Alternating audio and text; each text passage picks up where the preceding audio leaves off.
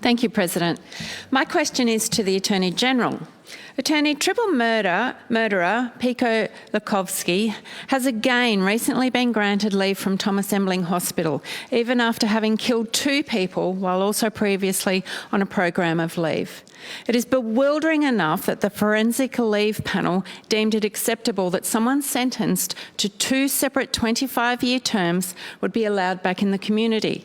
However, to make matters even worse, this offender, like so many before him, was also again released with his victims' families members not being officially informed and instead learning of this highly confronting news from media reports.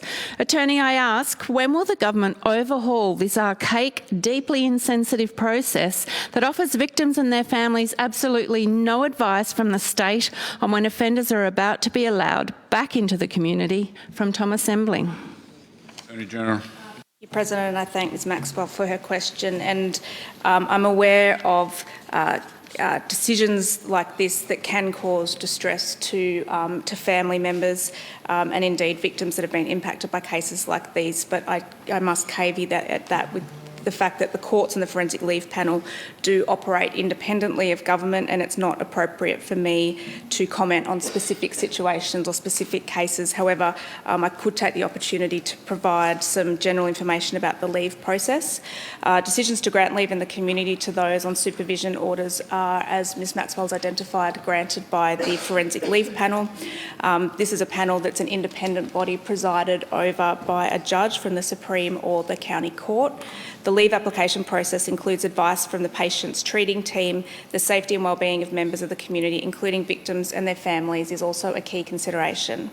The panel takes a very cautious approach to granting leave. Leave is only granted if it will contribute to the person's rehabilitation and the safety of the persons or members of the public when they will not be seriously endangered.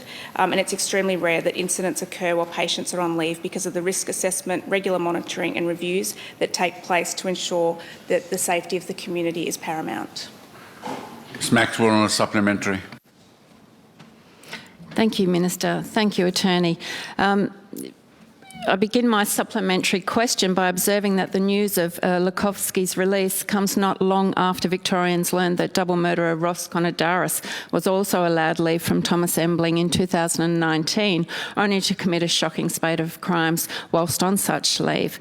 I would also have to say that I do disagree that the victims are actually considered when this leave is provided.